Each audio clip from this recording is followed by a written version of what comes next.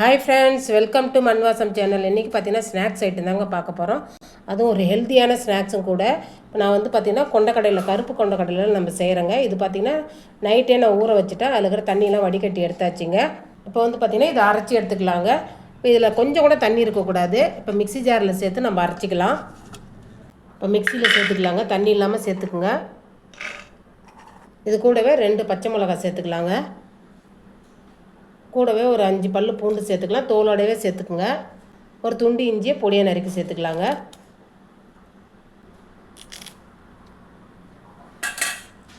அவ்வளோதாங்க. இதை இப்போ அரைச்சி எடுத்துன்னு வந்துடலாம்.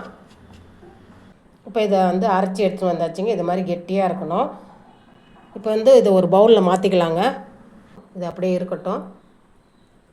இப்போ கேஸ் ஆன் பண்ணிவிட்டு ஒரு கடாய் வச்சுக்குங்க. எண்ணெய் பார்த்திங்கன்னா நல்லா ஒரு டேபிள் ஸ்பூன் அளவுக்கு விட்டுக்குங்க. ரொம்ப எண்ணெய் விட தேவையில்ல.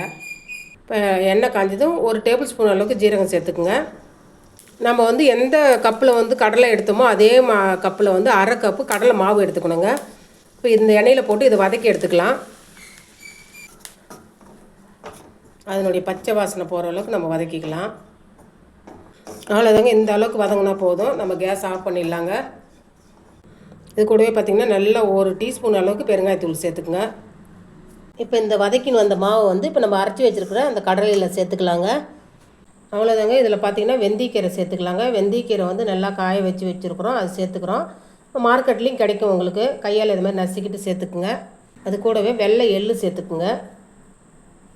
காரத்துக்கு தகுந்த மாதிரி நான் இப்போ ஒரு டீஸ்பூன் அளவுக்கு கார மிளகாத்தூள் சேர்க்குறேங்க. உங்களுக்கு கூடுதலாக குறைச்சலாம் சேர்த்துக்கலாம்.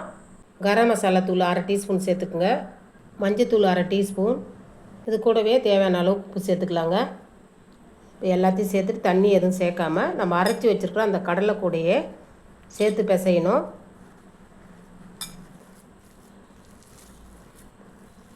அவ்வளோதாங்க. உப்பு காரம்லாம் பார்த்துக்குங்க. பார்த்திங்கன்னா இது மாதிரி தட்டுறதுக்கு ஒரு கவர் எடுத்துக்கிறேங்க. அது மேலே வந்து எண்ணெய் தடவிக்கணும். இப்போ நீங்கள் வாழை இலையில் கூட தட்டி போட்டுக்கலாங்க. நம்ம எல்லாட தட்டுவோம் இல்லைங்களா, அதை மாதிரியே தட்டி எடுத்துக்க வேண்டியது தான். சின்ன சின்ன உருண்டையை எடுத்துக்கணும்.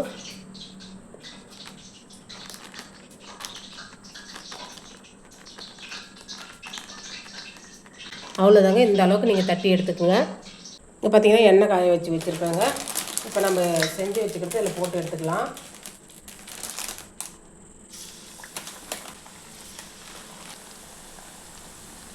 நல்லா ஒரு பக்கம் வெந்ததும் திருப்பி விட்டுக்கலாங்க. இப்போ எல்லடையில் பார்த்திங்கன்னா அரிசி மாவில் அதை மாதிரி செய்வோம். நம்ம கொண்டக்கடையிலலாம் இது வரைக்கும் எல்லடை யாரும் செஞ்சுருக்க மாட்டாங்கன்னு நினைக்கிறேன். பாருங்கள், சூப்பரான ஒரு எல்லடையும் கூட.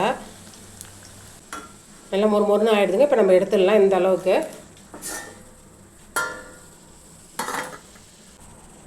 நம்ம மொறுமொறுன்னு இருக்குது பாருங்கள். ஸ்டோர் பண்ணி இங்கே வச்சு சாப்பிட்லாம்.